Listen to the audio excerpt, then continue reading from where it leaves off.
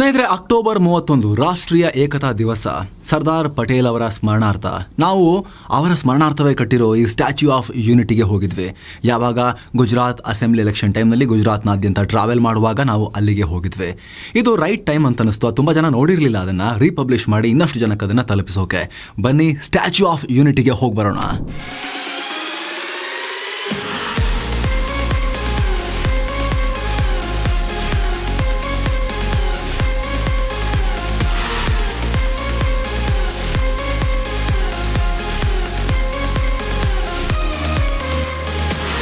Hi friends, ನಾವೀಗ ಅಹಮದಾಬಾದಿಂದ ಹೊರಟು south Gujarat ಕಡೆ ಡ್ರೈವ್ ಮಾಡ್ತಾ ಆಲ್ಮೋಸ್ಟ್ ಎಷ್ಟು ಕಿಲೋಮೀಟರ್ ಬಂದಿದ್ದೀವಿ? ಆಲ್ಮೋಸ್ಟ್ ಈಗ 200 ಕಿಲೋಮೀಟರ್ ಬಂದಿದ್ದೀವಿ.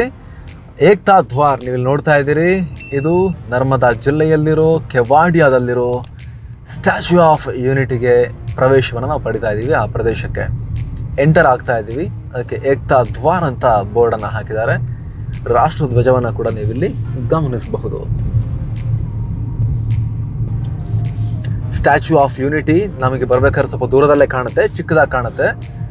ಸರ್ದಾರ್ ವಲ್ಲಭಭಾಯ್ ಪಟೇಲ್ ಅವರ ಪ್ರತಿಮೆ, ಉಕ್ಕಿನ ಪ್ರತಿಮೆ, ಲೋಹದ ಪ್ರತಿಮೆ, ವಿಶ್ವದ ಅತಿ ಎತ್ತರದ ಮೂರ್ತಿ ಅದು, ಪ್ರತಿಮೆ ಅದು. ಅದನ್ನು ಇಲ್ಲಿ ಸಾಧು ಬೆಟ್ ಅನ್ನುವಂಥ ಒಂದು ಗುಡ್ಡದ ಮೇಲೆ ನಿರ್ಮಾಣ ಮಾಡಲಾಗಿದೆ. ಕೆಲವೇ ಕ್ಷಣಗಳಲ್ಲಿ ಅದರ ಮುಂದೆ ನಾವಿರ್ತೀವಿ. ಪರಿಸರವನ್ನು ಕೂಡ ನಿಮಗೆ ನಾವು ತೋರಿಸ್ತೀವಿ.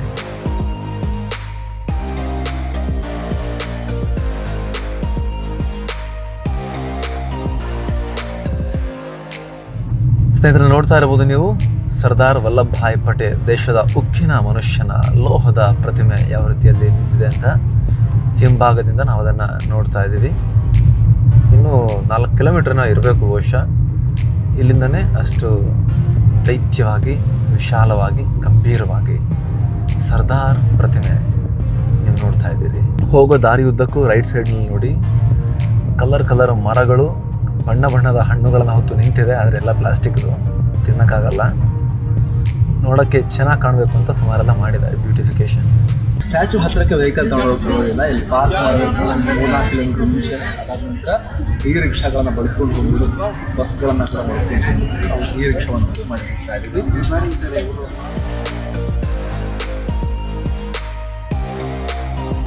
कितना किलोमीटर चलता है? एक बार फुल चार्ज करने में 120 किलोमीटर चलता है, बराबर 90 किलोमीटर ही चलता है। हाँ। सब महिला है ये रिक्शा का ड्राइवर? हाँ, सब महिला ही है। रूल्स है ऐसा? वुमन एम्पावर के लिए नरेंद्र मोदी ने सोचा था, तो ऐसा दे दिया हमें। आपको अच्छा हुआ इससे? हाँ, अच्छा हुआ ना। हम एक दिन का 200-500 तो कमा ही लेते हैं. इतना एक दिन का मिल जाए तो महीने में 15,000 तो होगा ही हमारा.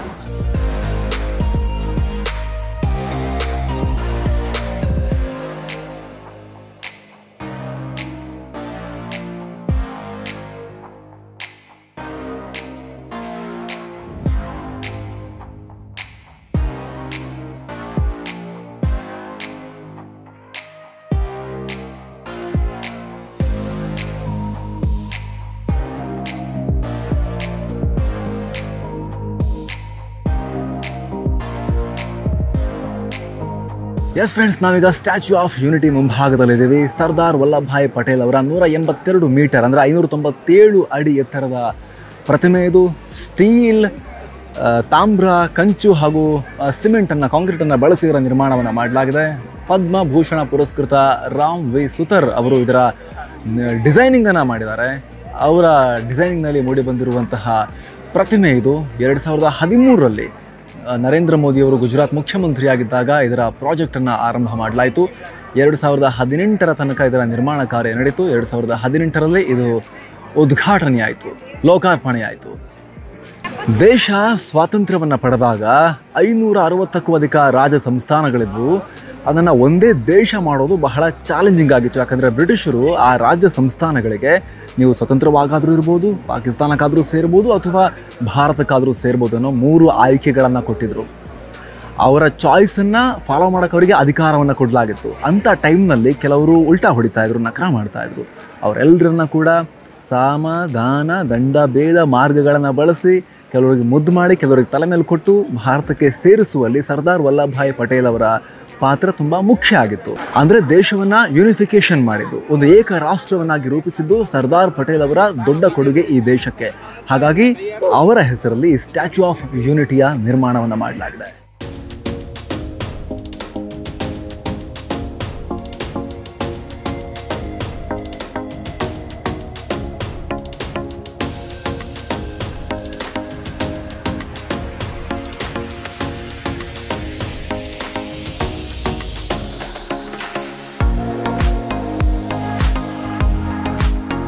ಸ್ಟ್ಯಾಚ್ಯೂ ಆಫ್ ಯೂನಿಟಿ ಹತ್ತಿರ ಹೋದಾಗೂ ಕೂಡ ದೊಡ್ಡದಾಗ್ತಾನೆ ಹೋಗ್ತಾ ಇದೆ. ಬಟ್ ಎಷ್ಟು ನಡೆದರೂ ಕೂಡ ಮುಗಿತಾನೆ ಇಲ್ಲ. ಹೀಗಾಗಿ ಕಡೆಯ ಚೆಕಿಂಗ್ ಪಾಯಿಂಟ್ ಆದಮೇಲೂ ಕೂಡ ಮತ್ತೊಂದು ಸುಮಾರು ಒಂದು ಕಿಲೋಮೀಟರ್ ನಡೆಯೋಕ್ಕಿದೆ ಅಂತ ಕಾಣುತ್ತೆ.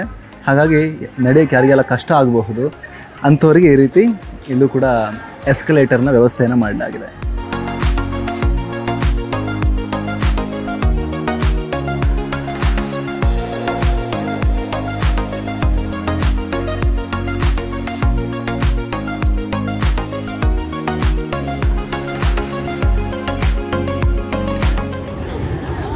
ಭಾರಿ ದೊಡ್ಡದು, ಹೆವಿ ಹ್ಯೂಜ್. ಫ್ರೆಂಡ್ಸ್, ಈ ಪ್ರತಿಮೆಯನ್ನು ದೂರದಿಂದ ನೋಡೋದಲ್ಲ, ಹತ್ತಿರದಿಂದ ಬಂದು ನೋಡಿದಾಗಲೇ ಇದರ ಆ ಪವರ್, ಈ ಪ್ರತಿಮೆಯಲ್ಲಿ ಕಾಣುವಂಥ ಶಕ್ತಿ ಇದೆಯಲ್ಲ, ಅದು ಫೀಲ್ ಆಗೋದು.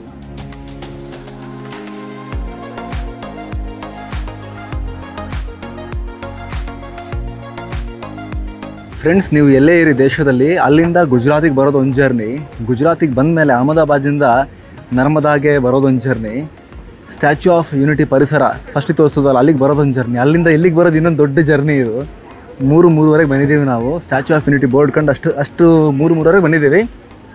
ಆದರೆ ಆ ಪ್ರತಿಮೆಯ ತಳ ಭಾಗವನ್ನು ರೀಚ್ ಆಗಲಿಕ್ಕೆ ನನಗೆ ಇಷ್ಟೊತ್ತಾಯಿತು. ಈಗ 5:15, 1:15 ಗಂಟೆ ಆಯಿತು.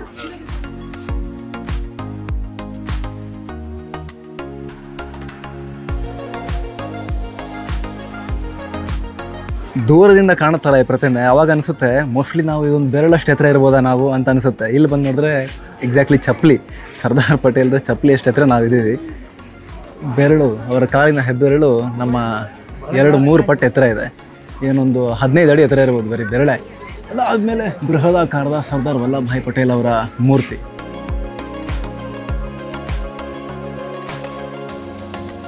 ಏನು ಫ್ರೆಂಡ್ಸ್, ನಾನಿಲ್ಲಿ ಬರೋಕ್ಕಿಂತ ಮುಂಚೆ ಕೂಡ ಇದರ ವೀಡಿಯೋಸ್ನ ನೋಡಿದ್ದೆ, ಚೆಕ್ ಮಾಡಿದೆ ಇಂಟರ್ನೆಟ್ಟಲ್ಲಿ ಹೇಗಿರ್ಬೋದು ಅಂತ.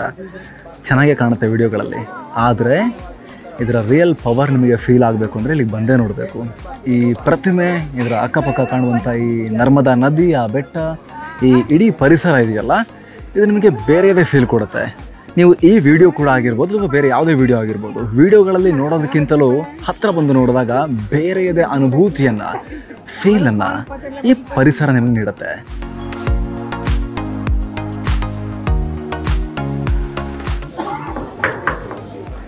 ಮೆಟಲ್ ಸೌಂಡ್ ಬರ್ತಾರೆ, ಮೆಟಲ್.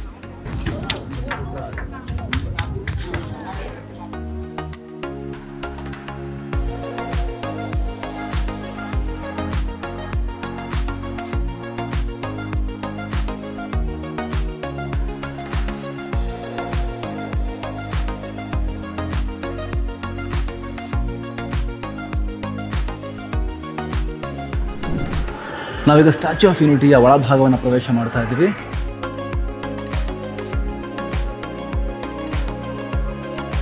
ಇಲ್ಲಿ ಸರ್ದಾರ್ ಪಟೇಲ್ ಅವರ ಮುಖವನ್ನು ಇರಿಸಲಾಗಿದೆ, ತಲೆಯ ಭಾಗವನ್ನು ಇರಿಸಲಾಗಿದೆ.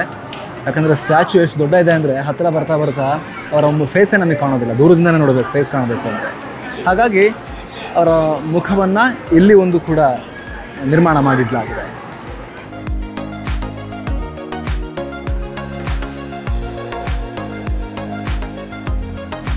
ಜೊತೆಗೆ ಇಲ್ಲೊಂದು ಮಿನಿ ಸ್ಟ್ಯಾಚ್ಯೂವನ್ನು ಇಟ್ಟಿದ್ದಾರೆ. ಸೇಮ್ ಸರ್ದಾರ್ ಸ್ಟ್ಯಾಚ್ಯೂನ ಮಿನಿ ವರ್ಷನ್ ಇದು, ಸ್ಟ್ಯಾಚ್ಯೂ ಆಫ್ ಯೂನಿಟಿದು.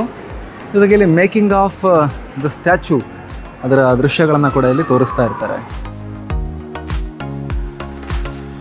ಜೊತೆಗೆ ಬಹಳ ಸ್ವಚ್ಛವಾಗೂ ಕೂಡ ಇರ್ತಾರೆ. ನೋಡಿ, ಇಲ್ಲಿ ಈ ರೀತಿ ಯಂತ್ರಗಳನ್ನು ಬಳಸಿ ಯಾವಾಗಲೂ ಕೂಡ ಕ್ಲೀನ್ ಮಾಡ್ತಾ ಇರ್ತಾರೆ ಒಂದೊಂದೇ ಭಾಗವನ್ನು, ಈ ಪರಿಸರವನ್ನು. ಸ್ನೇಹಿತರೆ, ನೀವು ನೋಡ್ತಾ ಇದ್ದೀರಿ, ಸರ್ದಾರ್ ವಲ್ಲಭಭಾಯ್ ಪಟೇಲ್ ಅವರು ದೇಶವನ್ನು ಏಕೀಕರಣ ಮಾಡಿಲ್ಲ ಅಂತಿದ್ರೆ ಇಂಡಿಯಾ ಯಾವ ಥರ ಇರ್ತಾ ಇತ್ತು, ಏಕೀಕರಣ ಮಾಡಿದ ಬಳಿಕ ಯಾವ ಥರ ಆಯಿತು, ಎರಡನ್ನ ಕೂಡ ನೀವು ಗಮನಿಸ್ತಾ ಇದ್ದೀರಿ. ಇದರಲ್ಲಿ ಸ್ನೇಹಿತರೆ ಡಾರ್ಕ್ ಕಲರ್ನಲ್ಲಿ ಇದೆಯಲ್ಲ, ಈ ಕಡೆ ಪಶ್ಚಿಮ ಬಂಗಾಳ ಕಡೆ, ಆಮೇಲೆ ಆ ಕಡೆ ರಾಜಸ್ಥಾನ, ಗುಜರಾತ್ ಕಡೆ, ಅವೆಲ್ಲವೂ ಕೂಡ ಪಾಕಿಸ್ತಾನಕ್ಕೆ ಸೇರಬೇಕು ಅಂತ ಬಯಸ್ತಾ ಇದ್ದಂತಹ ಪ್ರಾಂತ್ಯಗಳು. ಆಗ ಕ್ಲಿಯರ್ ಇರೋದು ಅಂದರೆ ಕ್ರೀಮಿ ಕಲರ್ನಲ್ಲಿದೆಯಲ್ಲ ಕ್ಲಿಯರ್ ಆಗಿ, ಅದು ಭಾರತೀಯ ರಾಜ್ಯ ಸಂಸ್ಥಾನಗಳಾಗಿದ್ವು, ನೇಟಿವ್ ಇಂಡಿಯನ್ ಡೊಮಿನಿಯನ್ಸ್ ಅಥವಾ ಸ್ಟೇಟ್ಸ್ ಆಗಿದ್ವು. ಇನ್ನೊಂದು ಸ್ವಲ್ಪ ಆರೆಂಜ್ ಮತ್ತು ಅಷ್ಟೊಂದು ಗಾಢವಲ್ಲದ ಪಟ್ಟಿಯೆಲ್ಲ ಇದೆಯಲ್ಲ, ಬ್ಲ್ಯಾಕ್ ಪಟ್ಟಿ ಮತ್ತು ಅಷ್ಟೊಂದು ಗಾಢವಲ್ಲದ ಆರೆಂಜ್ ಬಣ್ಣ ಇದೆಯಲ್ಲ, ಅದು ಬ್ರಿಟಿಷ್ ಇಂಡಿಯಾ ಆಗಿತ್ತು. ನೇರವಾಗಿ ಬ್ರಿಟಿಷರ ಆಳ್ವಿಕೆ ನಡೀತಾ ಇದ್ದಂತಹ ಪ್ರದೇಶಗಳಾಗಿತ್ತು. ಉಳಿದಂಥ ಪ್ರದೇಶಗಳು ನೇಟಿವ್ ಇಂಡಿಯನ್ ಸ್ಟೇಟ್ಸ್ ಕೂಡ ಬ್ರಿಟಿಷರ ಅಧೀನ ಸಂಸ್ಥಾನಗಳಾಗಿದ್ವು. ಆದರೆ ಇನ್ನೊಂದು ನೇರವಾಗಿ ಬ್ರಿಟಿಷ್ ಆಳ್ವಿಕೆಗೊಳಪಟ್ಟ ಪ್ರದೇಶಗಳು ಆ ಲೈಟ್ ಆರೆಂಜಲ್ಲಿರೋದು. ಸ್ವತಂತ್ರ ಬಂದಾಗ ಭಾರತದ ಕತೆ ಈ ರೀತಿ ಇತ್ತು. ಎಷ್ಟು ಬೇರೆ ಬೇರೆ ಸಂಸ್ಥಾನಗಳು, ರಾಜ್ಯಗಳು, ಬೇರೆ ಬೇರೆ ರಾಜರು ಎಲ್ಲ ಇದ್ದರು ಇಲ್ಲಿ. ಆದರೆ ಏಕೀಕರಣ ಆದ ಬಳಿಕ ಭಾರತದ ರೂಪ ಈ ರೀತಿ ಆಯಿತು. ಅದಾದ ಮೇಲೆ ಭಾಷಾವಾರು ಪ್ರಾಂತ್ಯಗಳ ರಚನೆ ಆದಮೇಲೆ ಈ ರೀತಿ ಆಯಿತು. ಇವರೆಲ್ಲ ಯಾರು ಗೊತ್ತಾ? ಆಗ ಸ್ವತಂತ್ರ ಬರಬೇಕಾದ್ರೆ ಭಾರತದ 560ಕ್ಕೂ ಅಧಿಕ ದೇಶಗಳು ಅಥವಾ ಸಂಸ್ಥಾನಗಳಿದ್ವಲ್ಲ, ಅವುಗಳ ರಾಜರು ಅಥವಾ ರಾಜಕುಮಾರರುಗಳು ಲಾರ್ಡ್ ಮೌಂಟ್ ಬ್ಯಾಟನ್ ಜೊತೆಗೆ ಕೂತ್ಕೊಂಡು ಫೋಟೋಗೆ ಪೋಸ್ ಕೊಟ್ಟಿರೋದು. ಅದರಲ್ಲಿ ಮೇಲೆ ಹಲವಷ್ಟು ರಾಜ ಮಹಾರಾಜರ ಫೋಟೋಗಳನ್ನು ತೂಗು ಹಾಕಲಾಗಿದೆ. ಅದರಲ್ಲಿ ಮೇಲೆ ಇರೋದು ರಾಜ ಹರಿಸಿಂಗ್, ಕಾಶ್ಮೀರದ ರಾಜ. ಕಾಶ್ಮೀರದ ರಾಜ ಹರಿಸಿಂಗ್ ಸೇರಿದಂತೆ ಈ ಗುಜರಾತ್ನಲ್ಲಿ ಬರುವಂತಹ ಜುನಾಗಢ್ನ ರಾಜ, ಜುನಾಗಢ್ನ ನವಾಬ, ಹಾಗೆ ಈ ಹೈದರಾಬಾದ್ನ ನಿಜಾಮ, ಈ ರೀತಿ ಸಾಕಷ್ಟು ಜನ ಆರಂಭದಲ್ಲಿ ತರಲೆ ಮಾಡಿದರು. ಅದಾದ ನಂತರ ಸರ್ದಾರ್ ವಲ್ಲಭಭಾಯಿ ಪಟೇಲ್ ಅವರ ವಿವಿಧ ರೀತಿಯ ಕಾರ್ಯಾಚರಣೆಗಳಿಂದಾಗಿ ಇವರೆಲ್ಲರೂ ಕೂಡ ಭಾರತಕ್ಕೆ ಸೇರೋಕ್ಕೆ ಸೈನ್ ಹಾಕಬೇಕಾಯಿತು. ಜುನಾಗಢ್ನ ನವಾಬನನ್ನು ಹೆದರಿಸಿ ಸರ್ದಾರ್ ಪಟೇಲರು, ಹಾಗೆ ಹೈದರಾಬಾದನ್ನು ಸೇರಿಸಬೇಕಾದ್ರೆ ಪೊಲೀಸ್ ಕಾರ್ಯಾಚರಣೆ ಅಥವಾ ಆರ್ಮಿ ಆ್ಯಕ್ಷನನ್ನು ಮಾಡೋ ಮೂಲಕ, ಕಾಶ್ಮೀರನ ಭಾರತಕ್ಕೆ ಸೇರಿಸಬೇಕಾದ್ರೂ ಕೂಡ ಅಷ್ಟೇ ಸಾಕಷ್ಟು ಹೋರಾಟಗಳ ಬಳಿಕ ಪಾಕಿಸ್ತಾನ ಕಾಶ್ಮೀರದ ಮೇಲೆ ದಾಳಿ ಮಾಡಿದಾಗ ಭಾರತ ರಕ್ಷಣೆಗೆ ಹೋಗ್ಬೇಕಂತ ಹೇಳಿದ್ರೆ ಸೈನ್ ಮಾಡಿದ್ರೆ ಮಾತ್ರ ಹೋಗ್ತೀವಿ ಅಂತ ಹೇಳಿ ಇನ್ಸ್ಟ್ರೂಮೆಂಟ್ ಆಫ್ ಆಕ್ಸೆಷನ್ ಅಂದರೆ ಭಾರತಕ್ಕೆ ಸೇರೋ ಪತ್ರಕ್ಕೆ ರಾಜ ಹರಿಸಿಂಗ್ ಸೈನ್ ಮಾಡಿ ಕಾಶ್ಮೀರ ಭಾರತಕ್ಕೆ ಸೇರಿದ್ದು.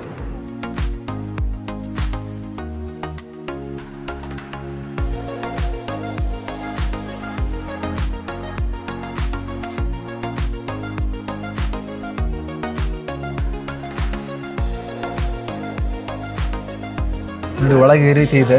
ಸ್ಟ್ಯಾಚ್ಯೂ ಆಫ್ ಯೂನಿಟಿಯ ಅಸ್ಥಿ ಪಂಜರವನ್ನು ನೀವೀಗ ನೋಡಬಹುದು.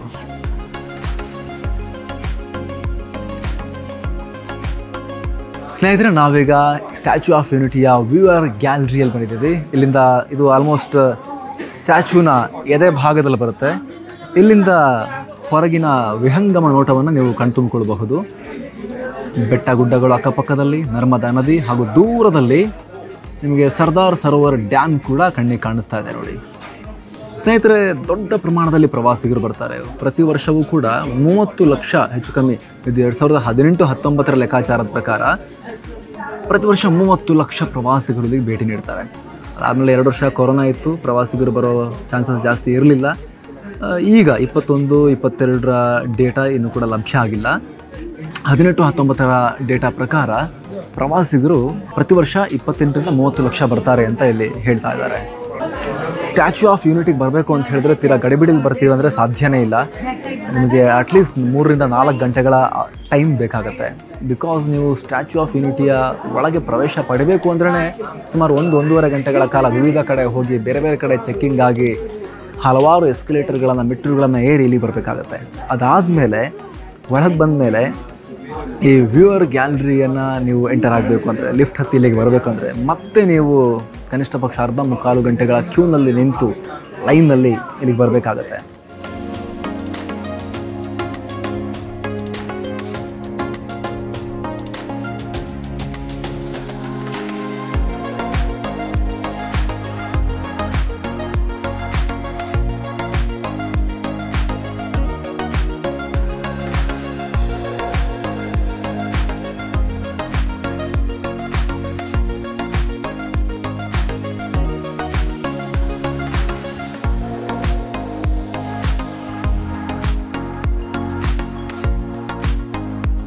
ಫ್ರೆಂಡ್ಸ್, ನಾವೀಗ ವ್ಯೂವರ್ ಗ್ಯಾಲರಿಯಿಂದ ಹೊರಗೆ ಹೋಗ್ತಾ ಇದ್ದೀವಿ. ಸ್ಟ್ಯಾಚ್ಯೂ ಆಫ್ ಯೂನಿಟಿಯ ಒಳಭಾಗದಲ್ಲಿದ್ದೀವಿ, ಹೊರಗೆ ಹೋಗ್ತಾ ಇದ್ದೀವಿ.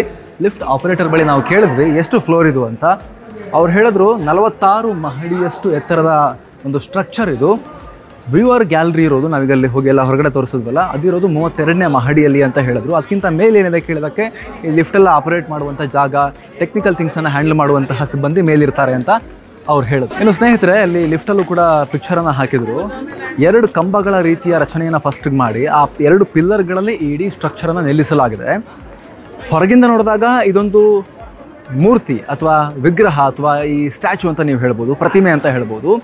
ಆದರೆ ಒಳಗಡೆ ಹೋದಾಗ ಇದೊಂದು ದೊಡ್ಡ ಕಟ್ಟಡ, ಇದು ಬಹುಮಹಡಿ ಕಟ್ಟಡ. ನಿಮಗೆ ನಾವೊಂದು ಸ್ಟ್ಯಾಚು ಒಳಗಿದ್ದೀವಿ ಅಂತ ನಿಮಗೆ ಅನಿಸೋದೇ ಇಲ್ಲ. ನಿಮಗೆ ಒಂದು ಕಟ್ಟಡದಲ್ಲಿ ಲಿಫ್ಟಲ್ಲಿ ಹೋಗ್ತಾ ಇದ್ದೀವಿ, ಒಂದು ದೊಡ್ಡ ಶಾಪಿಂಗ್ ಮಾಲ್ ಒಳಗಡೆ ಹೋಗ್ತಿದ್ದೀವಿ ಅನ್ನೋ ಫೀಲ್ ನಿಮಗೆ ಬರುತ್ತೆ. ಆದರೆ ಒಳಗೆ ಹೋದ್ಮೇಲೂ ಕೂಡ ನೀವು ಆ ವ್ಯೂವರ್ ಗ್ಯಾಲರಿಯಲ್ಲಿ ನಿಂತ್ಕೊಂಡು ಹೊರಗಿನಿಂದ ಇದು ಕಾಣುತ್ತಲ್ಲ, ಈ ದೃಶ್ಯವನ್ನು ಇಮ್ಯಾಜಿನ್ ಮಾಡಿದಾಗ ವಾವ್ ಅನಿಸುತ್ತೆ. ಆ ಕಾಣುತ್ತಲ್ಲ ಹೊರಗಿಂದ ಆ ದೊಡ್ಡ ಗಾತ್ರದ ಪ್ರತಿಮೆ, ಅದರ ಎದೆಯ ಭಾಗದಲ್ಲಿ ನಾವಿದ್ದೀವಿ ಅಂತ ನಾವು ಅದನ್ನು ಪಿಕ್ಚರೈಸ್ ಮಾಡಿದಾಗ ವಾವ್ ಅನಿಸುತ್ತೆ. ಇಲ್ಲ ಅಂದರೆ ಒಂದು ದೊಡ್ಡ ಶಾಪಿಂಗ್ ಮಾಲ್ ಒಳಗಡೆ ನೀವು ಓಡಾಡ್ತಿದ್ದೀರಿ ಅನ್ನೋ ಫೀಲ್ ನಿಮಗೆ ಒಳಗಡೆ ಸಿಗುತ್ತೆ. ಅಂದರೆ ಹೇಗೆ ಅಂತ ಹೇಳಿದ್ರೆ, ಸಾಲಿಡ್ ಪ್ರತಿಮೆ ಅಲ್ಲ, ಒಂದು ಪ್ರತಿಮೆ ಇದೆ ಒಳಗಡೆ ಫುಲ್ ಕಾಂಕ್ರೀಟ್ ಇದೆ ಅಥವಾ ಕಬ್ಬಣ ಇದೆ, ಆ ರೀತಿ ಏನಲ್ಲ. ಇದು 2 ಪಿಲ್ಲರ್, ಅದರ ಸುತ್ತ ಒಂದು ಕಟ್ಟಡಕ್ಕೆ ಯಾವ ರೀತಿ ಸ್ಟ್ರಕ್ಚರಿಂಗ್ ಬೇಕು, ಗೋಡೆ ಕಟ್ಟಬೇಕು, ಅದೇ ರೀತಿ ಕಟ್ಟಿ ಅದರ ಮೇಲೆ ಈ ಲೋಹದ ಪ್ಯಾನಲ್ಗಳನ್ನು ಅಳವಡಿಸಲಾಗಿದೆ. ಟೂ ಬಿಗ್ ಅಪ್ಪ, ಎಷ್ಟು ಸ್ಟೆಪ್ಸ್. ಸ್ನೇಹಿತರ, ವಿಶ್ವದ ಅತಿ ಎತ್ತರದ ಪ್ರತಿಮೆ, ಟಾಲೆಸ್ಟ್ ಸ್ಟ್ಯಾಚ್ಯೂ ಅಂತ ಹೇಳಿದ್ರೆ, ಹಾಗಾದರೆ ಉಳಿದವೆಲ್ಲ ಎಷ್ಟಿದೆ? 2nd, 3rd, 4th ಯಾವುದಿದೆ ಅಂತ ಹೇಳಿದ್ರೆ ನಿಮಗೆ ನಾವೀಗ ತೋರಿಸ್ತಾ ಹೋಗ್ತೀವಿ ಸ್ನೇಹಿತರೆ. ಮೊದಲನೇದು 182 ಮೀಟರ್ ಸ್ಟ್ಯಾಚ್ಯೂ ಆಫ್ ಯೂನಿಟಿ, ನಾವೀಗ ನೋಡ್ತಾ ಇದೀವಲ್ಲ ಇದು. ಅದು ಬಿಟ್ಟರೆ 128 metre Spring Temple Buddha, China. ಅದು ಬಿಟ್ಟರೆ 108 ಮೀಟರ್ನ ಗೋನಿನ್ ಆಫ್ ನ್ಯಾನ್ಷನ್, ಚೈನಾ. ಅದು ಬಿಟ್ಟರೆ 93 ಮೀಟರ್ನ Statue of Liberty, America. Exactly ಅದರ ಡಬಲ್ ಇದೆ ನೋಡಿ ಸ್ಟ್ಯಾಚ್ಯೂ ಆಫ್ ಯೂನಿಟಿ. ಅದು ಬಿಟ್ಟರೆ 91 ಮೀಟರ್ನ ದ ಮದರ್ಲ್ಯಾಂಡ್ ಕಾಲ್ಸ್, ರಷ್ಯಾ. ಹಾಗೆ ಅದಾದ ನಂತರ 6ನೇ ಸ್ಥಾನದಲ್ಲಿ 38 ಮೀಟರ್ನ ಕ್ರೈಸ್ಟ್ ದಿ ರಿಡೀಮರ್, ಬ್ರೆಜಿಲ್. ಈ ಪ್ರತಿಮೆಗಳಿವೆ ಸ್ನೇಹಿತರೆ. ದೂರದಿಂದ ಅಥವಾ ವಿಡಿಯೋದಲ್ಲಿ ನೋಡಿದಾಗ, ಭಾಳ ದೂರದಿಂದ ನೋಡಿದಾಗ ಒಂದು ದೊಡ್ಡ ಸ್ಟ್ಯಾಚ್ಯೂ ನಿಲ್ಲಿಸಿದ್ದಾರೆ ಅಂತ ಅನಿಸುತ್ತೆ ನಿಮಗೆ. ಆದರೆ ಇಲ್ಲಿ ಬಂದಾಗಲೇ ಗೊತ್ತಾಗೋದು ಇದರ ವಿರಾಟ್ ರೂಪ. ಎಷ್ಟು ಜಾಗ ಬೇಕು ಸ್ಟ್ಯಾಚ್ಯೂಗೆ, ಎಷ್ಟು ಜಾಗ ಬೇಕು. ಒಂದು ಶಾಪಿಂಗ್ ಮಾಲ್ ಅಷ್ಟು ದೊಡ್ಡ ಇದೆ ಸ್ಟ್ಯಾಚ್ಯೂ ಅಂತ ನಾನು ನಿಮಗೆ ಹೇಳಿದ್ವಿ, ಅಷ್ಟು ದೊಡ್ಡದಿದೆ. ಬರೀ ಸ್ಟ್ಯಾಚ್ಯೂ ಒಳಗಿನ ಜಾಗನೇ, ಜಸ್ಟ್ ಆ ಪ್ರತಿಮೆ ಒಳಗಿರೋ ಜಾಗ 46 ಮಹಡಿ, ಅಷ್ಟು ವಿಶಾಲವಾದ ಅಗಲವಾದ ಜಾಗ. ಅದಾದಮೇಲೆ ಈ ಇಡೀ ಒಂದು ಸ್ಟ್ರಕ್ಚರ್, ಆ ಫೌಂಡೇಶನ್ ಅಂತ ನೀವು ಕರಿಬೋದು ಇದನ್ನು, ಈ ಜಾಗ. ಆ ಫೌಂಡೇಶನಲ್ಲೂ ಕೂಡ ಈ ಪ್ರತಿಮೆ ನಿಂತಿರೋ ಜಾಗದಲ್ಲೂ ಕೂಡ ನಾವು ಮಧ್ಯೆ ಇದ್ದೀವಿ. ಇನ್ನು ಕೆಳಗಡೆ ಮತ್ತೆ ಅಷ್ಟೇ ಇಳಿದು ಹೋಗಬೇಕು. ಆಮೇಲೆ ಆ ಕಡೆ ಅಲ್ಲಿ ತೋರಿಸೋಣ. ಆಮೇಲೆ ನೋಡಿ ಆ ಕಡೆ ಇದಿಷ್ಟು ಇಳಿದು ಹೋದ್ಮೇಲೆ ಮತ್ತು ಅಲ್ಲಿಂದ ಅಷ್ಟು ದೂರ ಹೋಗಬೇಕು. ಆಮೇಲೆ ಅಲ್ಲಿ ಕಾಣಿಸ್ತಿದೆ ನೋಡಿ ದೂರದಲ್ಲಿ ನಿಮಗೆ ಆ ಲೈಟೆಲ್ಲ ಕಾಣಿಸ್ತಾ ಇದೆ, ಅಲ್ಲಿವರೆಗೂ ಹೋಗಬೇಕು. ಅಷ್ಟು ರಸ್ತೆ, ಅಷ್ಟು ಜನಕ್ಕೆ ಬರೋಕ್ಕೆ ವ್ಯವಸ್ಥೆ, ಓಡಾಡೋಕ್ಕೆ ಎಲ್ಲ ಕಡೆ ಎಸ್ಕಲೇಟರ್ಸು, ಎಲ್ಲ ಕಡೆ ಎಸ್ಕಲೇಟರ್ಸ್ ಇದೆ. ಮೆಟ್ಲೆ ಹತ್ತು ಹೋಗ್ಬೇಕಂತ ಎಲ್ಲೂ ಇಲ್ಲ, ಪ್ರತಿಯೊಂದು ಕಡೆ ಲಿಫ್ಟ್ ಇದೆ, ಎಸ್ಕಲೇಟರ್ಸ್ ಇದೆ, ಮೆಟ್ಲಿನ ಆಪ್ಷನ್ ಕೂಡ ಇದೆ. ಅದು ಬಿಟ್ಟರೆ ನಿಮಗೆ ಎಷ್ಟು ಜನಕ್ಕೆ ಶೌಚಾಲಯಗಳು, ಹಲವಾರು ಕಡೆ ಶೌಚಾಲಯ ಇದೆ, 1-2 ಕಡೆ ಇಲ್ಲ. ಪ್ರತಿಯೊಂದು 200-300 ಮೀಟ್ರ್ ಹೋದಾಗ ಒಂದೊಂದು ಶೌಚಾಲಯ ಕಾಣುತ್ತೆ. ಇದು ಸಾಮಾನ್ಯ ಖರ್ಚಿನಲ್ಲಿ ಆಗುವಂಥ ವಿಚಾರ ಅಲ್ಲ ಸ್ನೇಹಿತರೆ. ಇದೇ ಕಾರಣಕ್ಕಾಗಿಯೇ ಬಹುಶಃ ಇದಕ್ಕೆ ಹತ್ತತ್ರ 4,000 ಕೋಟಿ, 3,600ರಿಂದ 4,000 ಕೋಟಿಯಷ್ಟು ಈ ಕಟ್ಟಡದ ನಿರ್ಮಾಣಕ್ಕೆ, ಈ ಪ್ರತಿಮೆಯ ನಿರ್ಮಾಣಕ್ಕೆ ಖರ್ಚಾಗಿದೆ. ಮತ್ತು ಸ್ವಲ್ಪ ಝೂಮ್ ಮಾಡಿ ತೋರಿಸ್ತೀವಿ ನೋಡಿ ಸ್ನೇಹಿತರೆ. ಅಲ್ಲಿ ಕಟ್ಟಡದ ಒಳಗೆ ಯಾವ ರೀತಿ ಲೈಟ್ ಆನ್ ಮಾಡಿದಾಗ ಬೆಳಕು ಕಾಣುತ್ತೋ ಆ ರೀತಿ ಬೆಳಕು ನಿಮಗೆ ಈ ಪ್ರತಿಮೆಯ ಒಳಗಿಂದ ಕಾಣಿಸ್ತಿರೋದು. ಅಲ್ಲಿರುವಂತಹ ಲೈಟ್ಸಿಂದ ಬರ್ತಿರುವಂಥ ಬೆಳಕು ನಿಮಗೆ ಕಾಣಿಸ್ತಾ ಇದೆ ನೋಡಿ. ಅಲ್ಲೂ ಕಾಣಿಸುತ್ತೆ, ಇನ್ನು ಸ್ವಲ್ಪ ಮೇಲಕ್ಕೆ ಝೂಮ್ ಹಾಕಿದ್ರೆ ಅಲ್ಲೂ ಕೂಡ ಕಾಣುತ್ತೆ, 2 ಕಡೆ ಕಾಣುತ್ತೆ. ಈಗ ನೋಡಿ ಫ್ರೆಂಡ್ಸ್, ಲೈಟ್ ಹಾಕಿದ್ದಾರೆ. ರಾತ್ರಿ ವೇಳೆ ಸ್ಟ್ಯಾಚ್ಯೂ ಮೇಲೂ ಕೂಡ ಲೈಟನ್ನು ಹಾಕ್ತಾರೆ. ಸ್ಟ್ಯಾಚ್ಯೂ ಮೇಲೂ ಕೂಡ ಲೇಸರ್ ಶೋವನ್ನು ನಡೆಸಲಾಗುತ್ತೆ. ಈಗ 7 ಗಂಟೆ ಬಳಿಕ ಅದನ್ನು ಮಾಡ್ತಾರಂತೆ. ಬಟ್ ನಮಗೆ ಇನ್ನು ಸಾಕಷ್ಟು ಪ್ರಯಾಣ ಮಾಡೋಕ್ಕಿರೋದ್ರಿಂದ ಅದನ್ನು ನಾವು ಮಿಸ್ ಮಾಡ್ಕೊಳ್ತಾ ಇದ್ದೀವಿ, ಲೇಸರ್ ಶೋವನ್ನು ಮಿಸ್ ಮಾಡ್ಕೊಳ್ತಾ ಇದ್ದೀವಿ. ಧ್ವನಿ ಮತ್ತು ಬೆಳಕಿನ ಪ್ರದರ್ಶನ. ಇದರ ಜೊತೆಗೆ ನೋಡಿ ಸ್ನೇಹಿತರಲ್ಲಿ ಕ್ರೂಸ್ ಶಿಪ್ ಕೂಡ ಇದೆ, ಒಂದು ಬೋಟು, ಸಣ್ಣ ಬೋಟ್ ಅಂತ ಅಂದ್ಕೊಳ್ಳಿ, ಕ್ರೂಸ್. ಆ ಕ್ರೂಸರ್ನಲ್ಲೂ ಕೂಡ ಕರ್ಕೊಂಡು ಹೋಗ್ತಾರೆ. ಈ ಸರ್ದಾರ್ ಸರೋವರ್ ಡ್ಯಾಮ್ನ, ನರ್ಮದಾ ನದಿಯ ನೀರಿನಲ್ಲಿ ಕರ್ಕೊಂಡು ಹೋಗ್ತಾರೆ. ಅದು ಕೂಡ ಒಂದು ನಿಮಗೆ ಅದ್ಭುತ ಅನುಭವವನ್ನು ಕೊಡುತ್ತೆ ಅಲ್ಲಿಗೆ ಹೋದರೆ. ಆಗಲೇ ಹೇಳಿದ ಹಾಗೆ ನಮಗೆ ಇವತ್ತು ಸಮಯದ ಅಭಾವ ಇರೋದ್ರಿಂದ ಹೋಗ್ಲಿಕ್ಕೆ ಆಗ್ತಾ ಇಲ್ಲ. ಅದು ಬಿಟ್ಟರೆ ದೂರದಲ್ಲಿ ಬಟರ್ಫ್ಲೈ ಗಾರ್ಡನ್ ಅಂತ ಕೂಡ ಕಾಣಿಸ್ತಾ ಇದೆ, ತುಂಬ ಇದೆ ಅಲ್ಲಿ. ನೀವು ಗುಜರಾತಿಗೆ ಬಂದರೆ ಸ್ಟ್ಯಾಚ್ಯೂ ಆಫ್ ಯೂನಿಟಿ ಮತ್ತು ಅದರ ಸುತ್ತಮುತ್ತಲಿರುವಂತಹ ಟೂರಿಸ್ಟ್ ಅಟ್ರಾಕ್ಷನ್ ಅವುಗಳೆಲ್ಲವುಗಳನ್ನು ಕೂಡ ಕವರ್ ಮಾಡಬೇಕು ಅಂದರೆ ನಿಮಗೆ ಒಂದು ಇಡೀ ದಿನ ಬೇಕು. ಬೆಳಿಗ್ಗೆ ಬಂದರೆ ಸಂಜೆ ತನಕ ಆಗುತ್ತೆ ಎಲ್ಲವನ್ನ ಕೂಡ ನೋಡೋಕ್ಕೆ. ನೀವು ಬರಬೇಕು, ಕುತ್ಕೋಬೇಕು, ಟೈಮ್ ಸ್ಪೆಂಡ್ ಮಾಡಬೇಕು ಅಂತ ಹೇಳಿದ್ರೆ ನೋಡಿ ಅಲ್ಲೆಲ್ಲ ಬೆಂಚೆಲ್ಲ ಹಾಕಿದ್ದಾರೆ. ಪುರ್ಸೋತಲ್ಲಿ ಕುತ್ಕೊಂಡು ನದಿ ಪಕ್ಕದ ಸ್ಟ್ಯಾಚ್ಯೂ ನೋಡ್ತಾ, ನದಿನ ನೋಡ್ತಾ, ತಂಗಾಳಿಯನ್ನು ಅನುಭವಿಸ್ತಾ ನೀವು ಈ ಆ್ಯಂಬಿಯನ್ಸನ್ನು ಎಂಜಾಯ್ ಮಾಡಬಹುದು. ಹೆಂಗೆ ಕಾಣುತ್ತಲ್ಲ ನೈಟ್, ಚೆನ್ನಾಗಿ ಕಾಣುತ್ತೆ ನೈಟ್.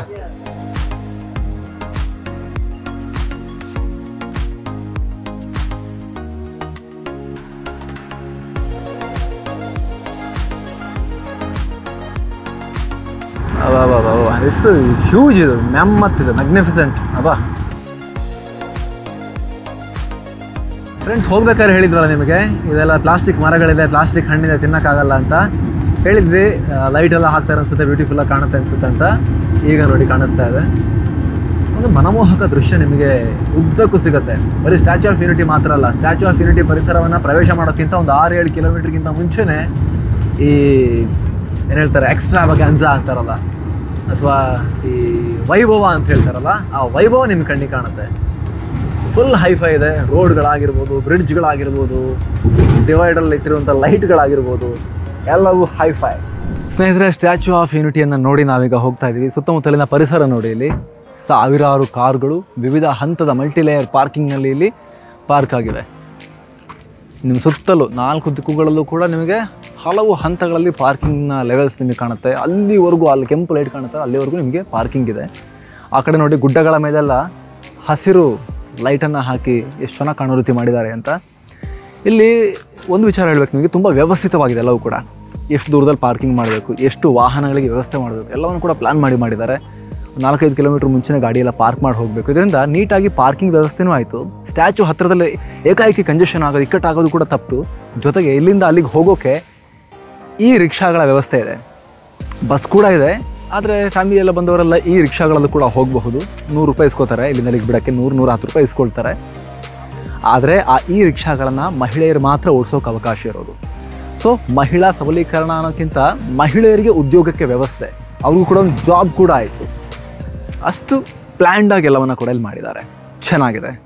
ನೀವು ಗುಜರಾತಿಗೆ ಬಂದರೆ ಮಾತ್ರ ಅಲ್ಲ, ನೀವು ಭಾರತವನ್ನು ನೋಡಬೇಕು, ಬೇರೆ ಬೇರೆ ಪ್ಲೇಸ್ ನೋಡಬೇಕು ಅಂತ ಪ್ಲ್ಯಾನ್ ಹಾಕ್ಕೊಂಡ್ರೆ ಸ್ಟ್ಯಾಚ್ಯೂ ಆಫ್ ಯೂನಿಟಿಯನ್ನು ಕೂಡ ದಯವಿಟ್ಟು ಇನ್ಕ್ಲೂಡ್ ಮಾಡಿ ಆ ಪ್ಲ್ಯಾನ್ನಲ್ಲಿ.